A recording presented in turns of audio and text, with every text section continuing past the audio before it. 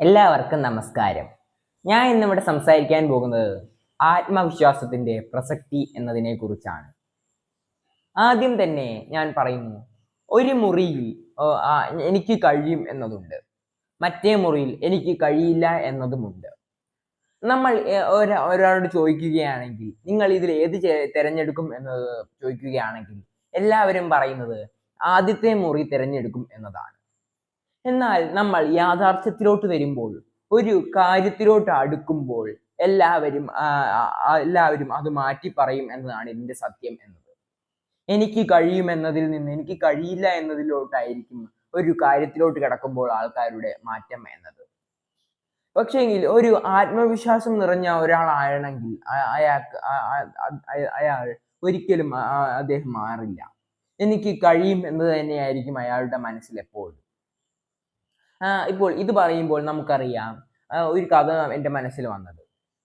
ഇങ്ങനെ നോക്കുകയാണെങ്കിൽ ഒരു ചെടി നമുക്കറിയാം ഒരു മണ്ണിന്റെ അടിയിൽ നിന്നാണ് മുളച്ചു വരുന്നത്.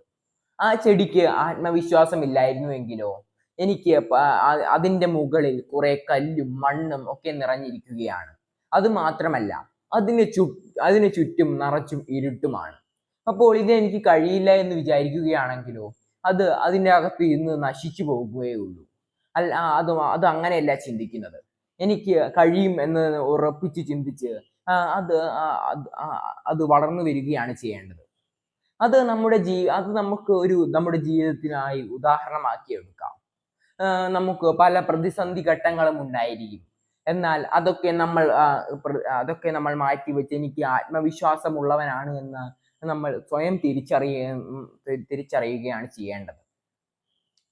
നമ്മൾ വിദ്യാർത്ഥികൾ മറ്റുള്ളവരോട് ഞാനൊന്നും പഠിച്ചില്ല എന്ന് പറയുന്നതിനെക്കാട്ടും ഭേദം ഒരു പഠിക്കാത്ത വിഷയം ഞാൻ പഠിക്കും എന്നത് നമ്മൾ ആത്മവിശ്വാസത്തോടെ പറയുകയാണ് ചെയ്യേണ്ടത്.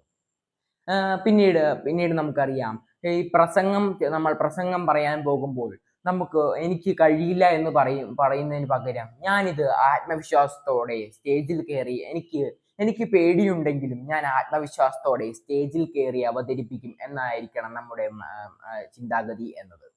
അത് നമുക്ക് വളരെയധികം വലിയൊരു സ്വാധീനം തന്നെയായിരിക്കും ഉണ്ടാക്കി തരിക. അതിന് പല ഉദാഹരണങ്ങളും നമ്മുടെ ജീവിതകാലത്തിൽ തന്നെ നമ്മൾ കണ്ടത് തന്നെയാണല്ലോ. നമ്മുടെ ഇന്ത്യയിൽ നിന്നുള്ള ഉദാഹരണം എന്ന് പറയുന്നത് APJ അബ്ദുൽ കലാമാണ്. തമിഴ്നാട്ടിലെ ഒരു ചെറിയ ഗ്രാമത്തിൽ ഒരു ചെറിയ കുടുംബത്തിൽ ജനിച്ചു വളർന്ന അദ്ദേഹം വളരെയധികം പാവപ്പെട്ട ഒരു കുടുംബത്തിലായിരുന്നു ജനിച്ചത്. പക്ഷേങ്കിൽ അദ്ദേഹത്തിന്റെ വലിയൊരു ആഗ്രഹമായിരുന്നു ഒരു ശാസ്ത്രജ്ഞനാകണം എന്നത്. അദ്ദേഹം ആത്മവിശ്വാസത്തോടെ പഠിക്കുകയും അങ്ങനെ അദ്ദേഹം ഒരു ശാസ്ത്രജ്ഞനാവുകയും ഇന്ത്യയുടെ രാഷ്ട്രപതിയാവുകയും ചെയ്തു. ഇത് തന്നെയാണ് വലിയൊരു ഉദാഹരണം എന്നത്. അത് മറിച്ച് നമ്മുടെ കേരളത്തിൽ നിന്നുള്ള ഉദാഹരണം നോക്കുകയാണെങ്കിൽ നമ്മുടെ കേരളത്തിലും പലവരും ഉണ്ട്. കേരളത്തിലും പല ഉദാഹരണങ്ങളും നമുക്ക് കാണാൻ കഴിയുന്നത് തന്നെയാണ്. പിന്നീട് നമ്മുടെ ലോകത്തിൽ നിന്നുള്ള ഉദാഹരണം എന്ന് പറയുന്നത് തോമസ് ആൽവ എഡിസൺ എന്നതാണ്. അദ്ദേഹത്തിന്റെ ഈ ബൾബ് കണ്ടുപിടുത്തം ഇല്ലായിരുന്നുവെങ്കിൽ നമ്മൾ ഇപ്പോഴും ഇരുട്ടിലാകും എന്നതിൽ ഒരു സംശയവും ഉണ്ടാവുകയില്ല. അദ്ദേഹത്തിന് പലവട്ടം പിഴച്ചു പോയിട്ടുണ്ട്. എന്നാലും അദ്ദേഹത്തിന്റെ എല്ലാം ആത്മവിശ്വാസം കളയാതെ വീണ്ടും പരിശ്രമിച്ചുകൊണ്ടാണ് നമുക്കിപ്പോൾ രാത്രിയിലും വെളിച്ചത്തിൽ ഇരിക്കാൻ കഴിയുന്നത്. അപ്പോൾ ഇത് പറയുമ്പോൾ ആദ്യം ഓർമ്മ വന്ന ഒരു കവിതയാണ്. പരിശ്രമം ചെയ്യുകിനെന്തിനേയും വശത്തിലാക്കാൻ കഴിവുള്ള വണ്ണം ദീർഘങ്ങളാം കൈകളെ നൽകിയല്ലോ മർത്യനെ പാരിലയച്ചതീശൻ. വളരെ പ്രശസ്തമായ വരികളാണിത്. നമ്മൾ എന്തിനു വേണ്ടിയും പരിശ്രമം ചെയ്യാൻ വേണ്ടിയാണ് നമുക്ക് രണ്ട് കൈകൾ നൽകിക്കൊണ്ട് നമ്മുടെ മനുഷ്യനെ ഈ ഭൂമിയിൽ അയച്ചത് എന്നാണ് അതിന്റെ അർത്ഥം. അപ്പോൾ നമ്മൾ ആത്മവിശ്വാസത്തോടെ ഒരു കാര്യം ശ്രമിക്കുകയാണെങ്കിൽ അതിൽ ജയവും തോൽവിയും ഉണ്ടായിരിക്കാം. എന്നാൽ നമ്മൾ അത് ശ്രമിക്കാതിരിക്കുകയാണെങ്കിൽ എന്തായാലും തോൽവി തന്നെയായിരിക്കും.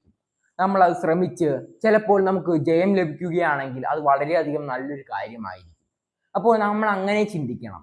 നമ്മൾ പരിശ്രമിക്കാതിരുന്നാൽ നമുക്കൊന്നും ലഭിക്കില്ല. നമ്മൾ പരിശ്രമിക്കുകയാണെങ്കിൽ നമുക്ക് ജയിക്കാനോ അതുപോലെ തന്നെ തോൽക്കാനോ സാധ്യതയുണ്ട്. ഇങ്ങനെയുള്ള കാര്യങ്ങൾ ഇപ്പോഴത്തെ തലമുറ വ്യക്തമായി നല്ല രീതിയിൽ മനസ്സിലാക്കേണ്ടത് അത്യാവശ്യം തന്നെയാണ്.